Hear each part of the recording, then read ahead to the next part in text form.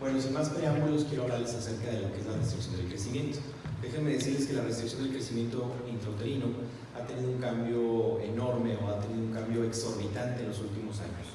De hecho, nada de lo que yo he aprendido durante mi posgrado de la subespecialidad es vigente en estos momentos. Para que sepan o que se den una idea, más o menos la restricción del crecimiento en un número grueso afecta a un 10% de toda la población en nuestro país o se mantiene constante a lo largo en el mundo. Estamos hablando que si aproximadamente tenemos 2,5 millones de nacimientos al año en México y eso se transforma en un 10%, bueno, tenemos que hay una afectación aproximada en nuestro país de 250,000 recién nacidos. Esto también me dice que en tu práctica clínica, de 10 pacientes que veas, una tiene el potencial de presentar este tipo de patologías. El problema con este tipo de patología es que se puede presentar con mayor frecuencia el que haya óbito, el que haya o que se aumente la movilidad perinatal, la neonatal, y también tiene consecuencias o tiene efectos tardíos, ya que hacen una alteración en habilidades neurocognitivas y también tiene un importante impacto en funciones cardiovasculares a futuro. Y entonces la pregunta en todos los cursos, todos los congresos es, bueno, ¿cuándo tengo que terminar un embarazo que tenga este tipo de situaciones? ¿Por qué? Porque si espero, realmente puede haber un compromiso fetal que nos afecte y tenga un desenlace fatal, que sería un óbito. Y si finalizamos de una manera muy abrupta o inoportuna, también podemos aumentarle las complicaciones neonatales, sobre todo en el área neurocognitiva. Entonces, de los patrones clínicos que nosotros tenemos que tomar en cuenta, obviamente son estos tres los más importantes: la edad gestacional a la que se está presentando, si está habiendo una progresión clínica o un deterioro y qué tanto es el compromiso fetal. Y entonces de esa manera nosotros tenemos que establecer un límite cuándo vamos a finalizarlo. Entonces la respuesta para cuándo finalizarlo es cuando los riesgos del compromiso fetal son mayores que las complicaciones neonatales. Parece bastante sencillo, pero la verdad es que encontrar ese punto medio es bastante complejo. De esta manera han surgido los protocolos para tener un intervalo para monitorización. Cada cuánto tengo que ver este feto o cada cuánto lo tengo que estar vigilando para poder saber cuándo finalizar. Pero ahí viene la primera disyuntiva, que es ¿cómo lo voy a identificar? Bueno, entonces lo primero que nosotros tenemos que hacer es identificar al feto pequeño para la edad gestacional. Y entonces algunos de los que han estado aquí, de algunos doctores ginecólogos que han ido al curso de diplomado en ultrasonido, ya más o menos obtuvieron o tomaron en cuenta la importancia de la datación del embarazo por la longitud crenocauda en el primer trimestre, ya que la variación puede ser a veces incluso de 3 a 4 días, y el uso de calculadoras nos ha permitido que esto sea una tarea bastante sencilla. Posteriormente, habiendo fechado adecuadamente el embarazo, bueno, hay que percentilar el peso. No utilizamos casi los percentiles que nos marca el equipo, sino tratamos de adaptarlo a curvas que están en este momento que son anglosajonas, pero ya hay por ahí un proyecto en donde se planea que haya curvas mexicanas. Una vez que nosotros hayamos percentilado este efecto, bueno, si aquel se encuentra por abajo del percentil 10, prácticamente ya estamos hablando de una alteración en el desarrollo fetal. Y ahora viene el otro problema o la otra situación. Tengo que hacer una diferencia entre aquel feto que tiene ese nombre de restricción o aquel que se presenta como un pequeño para la edad gestacional. También parece sencillo, pero no es así, ya que dentro de esta situación tenemos que encontrar que solamente hay pequeños constitucionales y otros que se presentan con una insuficiencia placentaria como tal. Pero también hay que recordar que hay causas extrínsecas, y esa es otra cosa que vamos a tomar en cuenta, ya que por ejemplo me dicen, ¿por qué hacen talleres de Doppler si no quieren que nosotros hagamos Doppler? Pero el problema no es que tú hagas Doppler, sino que el feto con restricción es un feto que va más allá. A veces nos llegan las interconsultas, vemos un feto pequeño para la edad gestacional, empezamos a analizarlo y resulta que realmente trae datos o signos ecográficos de que nos llama la atención como si fuera un feto aneuploide. Incluso también las infecciones perinatales, sobre todo el citomegalovirus, se pueden manifestar con esa situación. Entonces obviamente requiere una evaluación. Todo feto que se encuentre con esta situación, una restricción, requiere una evaluación cardiovascular y una evaluación anatómica detallada para saber qué es, de dónde viene o tratar de identificar una probable causa. De ahí entonces que aquel que se encuentra normal pues le va a llamar pequeño para la edad gestacional, y aquel que tiene una insuficiencia placentaria como tal o que tiene alguna alteración en la flujometría Doppler lo vamos a llamar como restricción, independientemente del percentil que caiga. Para eso tenemos ciertas tablas que voy a tocar más adelante. Entonces, uno de los vasos que ha marcado la pauta o que ha tratado de marcar la pauta en el seguimiento pues es el Doppler de la arteria umbilical. Normalmente esta situación, por ejemplo en nuestro país vecino, Estados Unidos, ellos son muy cuadrados, ellos no le dan importancia a otros vasos, pero sí marcan que la arteria umbilical pudiera ser un prospecto de seguimiento. Y de ahí, bueno, pues hay que ver cuál es la evaluación de la edad gestacional óptima para hacer un punto de corte, porque ahora va a otro punto a tocar, que es el que cuando se llama restricción temprana o de inicio temprano y cuál de inicio tardío. Afortunadamente la mayoría de las restricciones que conocemos son tardías, y digo afortunadamente porque las de inicio temprano son bastante agresivas y son difíciles de manejar. Entonces ese consenso que se ha llegado, sobre todo con patrones o estudios europeos, dice que lo más probable hasta el día de hoy, 2018, es que el punto de corte se marque a partir de la semana 32. Si aparece esa anomalía en el crecimiento antes de la semana 32, es una restricción de inicio temprano, y si aparece posteriormente se le puede llamar de inicio tardío. ¿Por qué es importante esto? Bueno, está pequeño porque la mamá está chaparrita, porque el papá está chaparrito, o realmente hay una situación. Déjenme decirles que si fuera aún así de esta manera, también tenemos que el peso nos va a aumentar significativamente un resultado perinatal adverso, desde algo tan sencillo o tan común que puede ser el distrés respiratorio hasta anormalidades en el neurodesarrollo en mediano a largo plazo. Y lo que les mencionaba al inicio, también tiene un impacto severo en anormalidades cardiovasculares, porque el corazón empieza a sufrir una remodelación a nivel fetal que impacta de tal manera al infante y que pueden ser más susceptibles a que en edades o en la adolescencia desarrollen hipertensión e incluso ya diabetes. Ahora, el Doppler también nos puede ayudar para predecir cuál de estos fetos pudiera ser candidato a una cesárea de urgencia. Prácticamente dicen que la mitad. Entonces, si está alterado el Doppler, sobre todo cerebral, que es el ratio cerebroplacentario, nosotros vamos a tener un porcentaje muy alto de que estos fetos van a sufrir un distrés, o lo que llamábamos antes sufrimiento fetal agudo, y vamos a terminar operándolos prácticamente corriendo. Y no solamente el Doppler, como yo no hago Doppler, ¿qué puedo hacer? Bueno, si tú empiezas a utilizar en tu práctica clínica diaria el percentilar a los fetos, simplemente con que el peso ya no te cuadre con lo que debe de tener para la edad gestacional o bien fechado, también esos fetos ya van a estar en un riesgo muy alto de que presenten algún resultado perinatal adverso. ¿Por qué? Porque este tipo de anormalidades, cuando está el peso más abajo, se traduce que puede haber cambios a nivel placentario en el cual no se expresan totalmente, porque tiene que afectarse prácticamente un tercio de la placenta para que se expresen, pueden desencadenar o terminar en una acidosis neonatal. Y sabemos que eso pues, sería algo fatal para ese niño. ¿Por qué? Porque llevaste todo el embarazo todo muy bien, 9 meses, acudiendo a las consultas. Oye, pero el peso no me da muy bien. Bueno, es que está chiquito porque la mamá es pequeña, ¿sí? Pero resulta que la señora quería parto, durante el parto se sufrió, nace, sí lo ves muy bien, pero a lo mejor es un neurodesarrollo y va a tener alguna afección. Si nosotros tomamos en cuenta el peso como un punto de atención o de foco rojo en la práctica clínica, vean ustedes que a pesar de tener el Doppler normal, el ratio cerebroplacentario, la arteria uterina, ¿verdad? Estos van a tener un resultado adverso independientemente de ello, según lo que esté alterado. Con el ratio cerebroplacentario se ha vuelto lo más sensible, y lo voy a platicar un poquito adelante. La arteria uterina, también un 20% de ellos van a tener un resultado perinatal adverso. Y simplemente con el peso, que ustedes ya pueden hacer ese tamizaje ahí en su práctica clínica diaria, el 11% van a tener un resultado adverso. Pero fíjense bien cómo cambian los números si nosotros a ese pequeño ya lo clasificamos como una restricción. Si está bajo el percentil 5, el 42% con resultado adverso.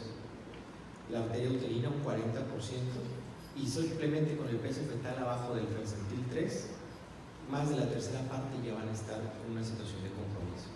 Y situación de compromiso me refiero a que no solamente haga un sufrimiento fetal, sino que pueda terminar en óbito. Muchas de las veces nos enseñan, no, pues es que fue óbito porque probablemente traía una lesión en su corazoncito que no se le detectó. La verdad es que prácticamente todas las cardiopatías fetales toleran muy bien el trabajo del parto y pueden llegar a término sin ninguna situación porque la circulación fetal es muy diferente a la neonatal. Entonces es más sencillo, es más práctico pensar que no alcanzamos a identificar un óbito como tal o una alteración en el crecimiento por este tipo de situaciones. Peso fetal es un punto clave para la práctica clínica y esta evaluación de estos vasos no se va a obtener en un curso de 3 días, de 15 días, de un mes, de 2 meses, 3 meses. ¿Por qué? Yo busqué, como les decía ayer a algunos que no estuvieron, es que me fui a Colombia, me fui a Argentina 2 meses a hacer ultrasonido. Realmente el tener un conocimiento profundo de lo que es este tipo de patologías implica un entrenamiento constante, exposición a casos y aparte poder interpretar o evaluar todos los vasos que nosotros estamos viendo o utilizando para esto. Entonces, para fines prácticos o números gruesos, el 60% de los pequeños tardíos, ¿verdad?, donde tiene una alteración Doppler, el 81% van a tener un resultado adverso. Y ahora viene otra de las preguntas, que es ¿cómo puedo identificar o cómo voy a manejar una temprana contra una tardía? Bueno, les mencionaba que lo más importante son estas 32 semanas, ¿verdad? Antes de estas 32 semanas se le va a llamar restricción temprana. Y esto realmente cuando se presenta antes de esta semana, lo que me está diciendo es que tiene una enfermedad placentaria severa, o sea, es una afección grave. El feto ya en este momento ya está en un estado de hipoxia que no se está presentando de 2 semanas para acá. O sea, prácticamente desde que empezó el proceso de placentación, que es como mencionaba el doctor Pedro el día de ayer, tengo que darle aspirina antes de la 16, lo que mencionaban en el taller, tengo que darle la aspirina antes de la semana 16. Y ese proceso de placentación se ve afectado. Esa ramificación de los vasos, la armonización de estos vasos se ven afectadas y es una placenta isquémica. Y esto, la traducción clínica es que tienen una alta mortalidad y mucha morbilidad también neonatal. Bueno, pues lo saco y ya lo salvé. No es tan sencillo porque la afección ya venía desde hace mucho tiempo y entonces la perfusión incluso cerebral, tisular o miocárdica se ve afecta. Y aquí entonces viene la primera disyuntiva. ¿Cuál es? Pues el manejo. ¿Qué le voy a hacer? ¿Cómo lo voy a manejar? ¿Qué le tengo que hacer? ¿Qué le voy a ofrecer? Y en la tardía, bueno, pues se considera una enfermedad leve, pero prácticamente ya está teniendo ahí un golpe a nivel placentario y entonces hay una hipoxia leve y entonces el feto, en un afán de compensarse o tratar de salvarse a sí mismo y de proteger esos órganos tan importantes como es el corazón y como es el sistema nervioso central, pues va a hacer una adaptación cardiovascular a nivel central. Y entonces la mortalidad pues pudiera ser baja, pero la morbilidad es alta. O sea, me refiero a que también al nacimiento puede tener situaciones en su neurodesarrollo en mediano o largo plazo. ¿Y cuál es el problema aquí? Que como son las más frecuentes, el problema es el diagnóstico. Si yo no pienso que existen estas situaciones, no las puedo diagnosticar. Y si te estoy diciendo que aproximadamente un número grueso es el 10% de nuestras pacientes, de todas las pacientes embarazadas que tú ves en tu control prenatal, 10% de ellas ya trae algún grado de afección o ya se puede presentar como un pequeño paladar gestacional. Esta gráfica lo que quiere traducir, lo que quiero mostrarles o ejemplificarles, es que vean ustedes, cuando es una restricción temprana, la mortalidad, un grupo control, son aquellos fetos sanos que pues realmente no hubo ningún problema, ninguna alteración en el crecimiento o en el neurodesarrollo. Pero vean ustedes marcado aquí en color rojo cómo se dispara abruptamente. Si es menor de 25 semanas, la mortalidad se va hasta más del 90%. Y aún así, que hay una tendencia conforme va aumentando la edad gestacional, de todos modos persiste con un espacio muy amplio entre el feto que no se ve expuesto a este insulto a nivel del macroambiente que el feto que se ve afectado con restricción. Y entonces tenemos lo que se llama la historia natural de esta enfermedad. Hay una enfermedad placentaria, ya sabemos que hay una placentación anómala. Se empieza a alterar, por ejemplo, las arterias uterinas o la umbilical y por ende también el ratio cerebroplacentario. Y dependiendo de cómo esté ese tipo de afección, ya está cayendo en un fenómeno de una hipoxia que el feto, para salvarse, va a ser parcialmente compensado.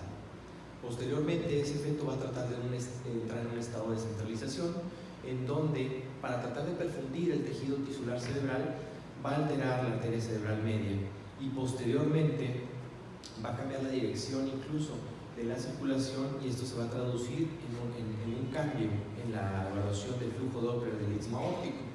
Pero ya vean dónde estamos, prácticamente ya estamos bien cerca de la hipoxia descompensada.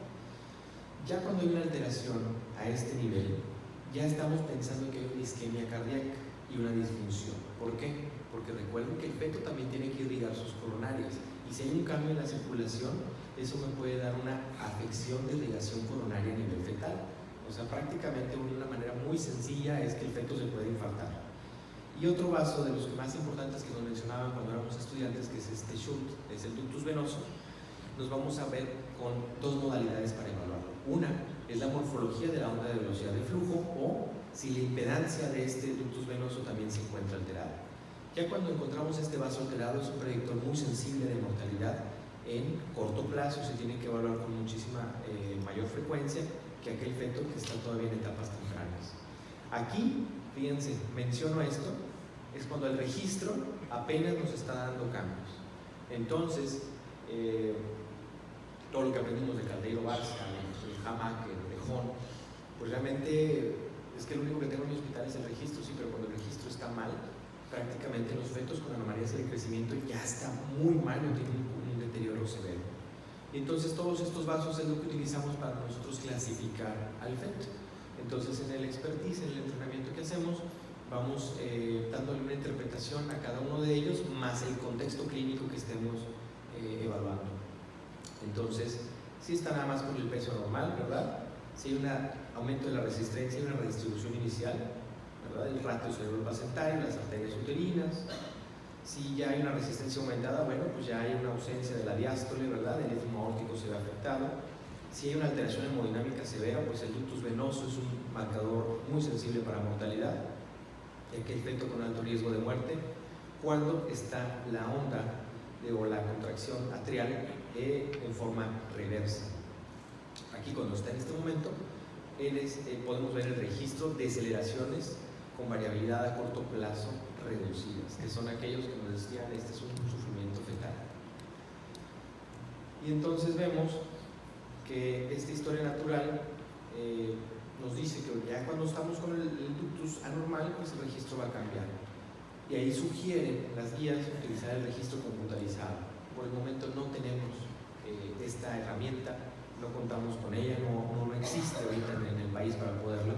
Y dicen, bueno, pues ¿qué tal si hacemos un perfil biofísico? Que fue lo que nos enseñaron también hace 10 años. Pues lamentablemente el perfil biofísico tiene una mala correlación, una pobre relación, entonces no sirve de nada hacer un perfil biofísico. De hecho, el perfil biofísico prácticamente ya está en desuso. Entonces, en la restricción del crecimiento de forma temprana, el punto clave es que si es menor de 28 semanas, el problema es la mortalidad. Y ahí el primer determinante para poder continuar el embarazo, poderle ofrecer y tener una perspectiva de cómo va a continuar, es la edad gestacional. Y el segundo determinante más útil es el ductus venoso. Si este está conservado o todavía no tiene ninguna alteración, podemos continuar con los patrones o los protocolos de vigilancia. Si está arriba de las 28 semanas, el problema va a ser la morbilidad neurológica. No lo puedo sacar porque también lo voy a dejar muy mal a ese efecto. Y entonces para esto hay que utilizar un protocolo y apegarnos. Y si es preeclampsia, lamentablemente el Doppler no es una buena pauta para su manejo, porque sabemos que la preeclampsia nos puede cambiar el Doppler de un día a otro. Si le pusimos esteroides, nos va a cambiar el Doppler. Entonces ahí nosotros eso tenemos que ver en la evaluación clínica cuando nos llega la paciente. Y el otro punto que utilizamos, bueno, pues es la tardía. Como les decía, es una enfermedad placentaria leve, pero que aún así, a pesar de tener esa mortalidad baja, tiene una morbilidad alta, y el problema es el diagnóstico. Entonces, lo mismo, la paciente está en trabajo de parto, ya tiene 36 semanas, si quieren, 37 o 38. Ahorita les digo por qué y aquí ya es cuando nos dan un registro cardiográfico anormal, pero pueden hacer una falla cardíaca abrupta y por lo tanto terminar en un óbito. Entonces, para que nos dé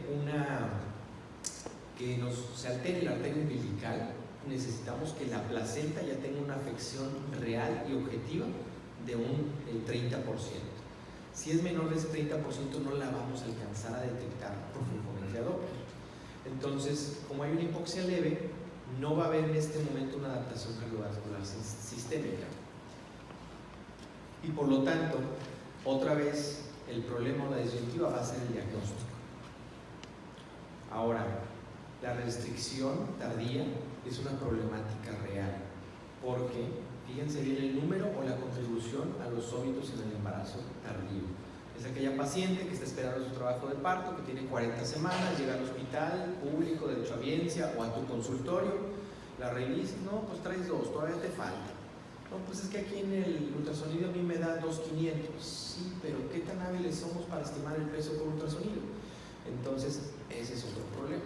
Y entonces, si yo no identifiqué adecuadamente, ya posterior de la semana 37 no le estoy causando ningún beneficio y el riesgo de que tenga un óbito transparto o aunque tenga 2, 3 centímetros de dilatación, se va a incrementar de forma exponencial o muy alta. Entonces, solamente vamos a alcanzar a detectar el 50% porque los otros lo vamos a omitir. El resultado perinatal en el 50% de los casos va a ser pobre y los resultados a largo plazo, bueno, ya nació, sí, pero también hay que darle estimulación temprana, vigilancia con el neuropediatra, ver que no haga hipertensión, que no haga obesidad, o sea, realmente estos fetos están problemados. Y entonces, para resumirlo eso, bueno, pues es que es el problema en la temprana, es el manejo; en la tardía, el diagnóstico. Aquí la enfermedad placentaria está bastante acentuada y en la tardía es baja. Hay una hipoxia de forma temprana y va a tratar el feto de adaptarse, y posteriormente en la tardía va a haber una adaptación cardiovascular central. Y aquí el feto empieza a tener una tolerancia a la hipoxia como historia natural, y acá baja tolerancia, entonces por eso el número tan elevado de óbitos. Alta mortalidad y movilidad y baja mortalidad, pero tienen afecciones a largo plazo. Entonces los protocolos de manejo están basados en el estadiaje. Y es muy sencillo, nada más nos aprendemos esta tablita, ¿verdad? Y ya prácticamente ya sabemos manejar la restricción. Esta es la más actual que tenemos, que es el grupo del clínico de Barcelona, en donde según la evaluación de todos los vasos es una pauta o un protocolo de seguimiento. Este es de libre acceso, lo pueden encontrar en San Google, ustedes le piden ahí y les va a aparecer sin problema. Y aquí es el intervalo que vamos a estarlos vigilando. Si es un pequeño constitucional, pues cada 2 semanas. Si ya identificamos una restricción tipo 1, una semana, dependiendo del vaso que esté alterado, a la semana. Y si está alterado, por ejemplo, el ductus venoso, sabemos que tenemos que hacer los intervalos a veces entre 3, 4 días, o el ductus a veces cada 12 horas. Y aquí es lo que les marcaba. Aquí lo ideal es la terminación a la semana 37, porque ya el beneficio de dejarlo es prácticamente nulo, el feto se va a ver más beneficiado al nacer. Entonces, un protocolo global sería tener el uso de calculadoras. ¿Cómo que el uso de calculadoras? Datar mi embarazo de forma temprana, hacer una buena fetometría, plasmarlo en mi expediente, y cuando yo la identifique, estas calculadoras son de uso gratuito, ustedes se pueden meter a Fetal Medicine Barcelona y ahí les van a aparecer estas. Y bueno, ¿qué es lo que sigue o cuál es el futuro de la restricción? Esto ha ido cambiando en los últimos años de forma acelerada. Del 2011 para acá cambió, la última fue prácticamente en 2014, y les digo que de lo que yo estudié en la subespecialidad prácticamente ya no queda nada. Los gringos, como les dije, ellos dicen que sí, hay que ver el Doppler de la arteria umbilical, pero la verdad es que ellos están todavía en pañales en este aspecto, y entonces no existe evidencia suficiente para justificar el uso de la flujometría Doppler en embarazos de bajo riesgo o de crecimiento normal. Recalco, aún. ¿Por qué? Porque ahorita se ha lanzado un protocolo a nivel mundial que se llama Ratio 37, en donde es un estudio multicéntrico que a fetos donde están desarrollados adecuadamente se les está marcando, o se está evaluando la flujometría Doppler y se van a ver los resultados perinatales. Aquí las inclusiones son embarazos únicos viables, se están bien datados, la edad materna debe ser mayor de 18 años, no debe haber ninguna historia obstétrica y debe tener consentimiento informado. Para finalizar, conclusiones. El objetivo principal de la restricción es identificarla, El feto pequeño por abajo del percentil 10 debe dividirse en restricción, ya sea por la placenta, o pequeño para la edad gestacional. La restricción temprana y tardía representan dos fenotipos distintos de la enfermedad y con manejo completamente diferente. Hay que utilizar o apegarnos a un protocolo de estadificación y esto permite optimizar las decisiones. La valoración del ratio cerebroplacentario puede darnos más información en un futuro para la detección de las restricciones tardías con un percentil de peso normal. O sea, en un futuro probablemente podamos identificar fetos en riesgo de óbito sin que esté alterado el peso. Y la flujometría Doppler es un arma prometedora para identificar los fetos que no alcanzan su potencial de crecimiento independientemente del percentil de peso fetal. Igual, los que nos asistieron ayer, los invito al Congreso Euroamericano que se va a realizar en Querétaro, es el 25, 26, 27 y 28 de julio. Está avalado por la Fetal Medicine Foundation y también vamos a tener una charla con el doctor Kipros Nicolaides por este webinar. Ustedes pueden checar los datos, pueden acceder a la página de la Fetal Medicine Foundation, ahí están los cursos, pueden darle clic y para obtener más información. De igual modo, en representación de Medicina Fetal Barcelona, los que tengan oportunidad pueden tener acceso a la actualización en Medicina Materno-Fetal que se va a llevar a cabo en Cartagena de Indias del 20 al 24 de septiembre del 2018 y la verdad es que es una experiencia que vale muchísimo la pena. Agradezco infinitamente su atención y espero haya estado de su agrado la charla y también nuevamente le agradezco al doctor Sara todas sus atenciones. Muchas gracias.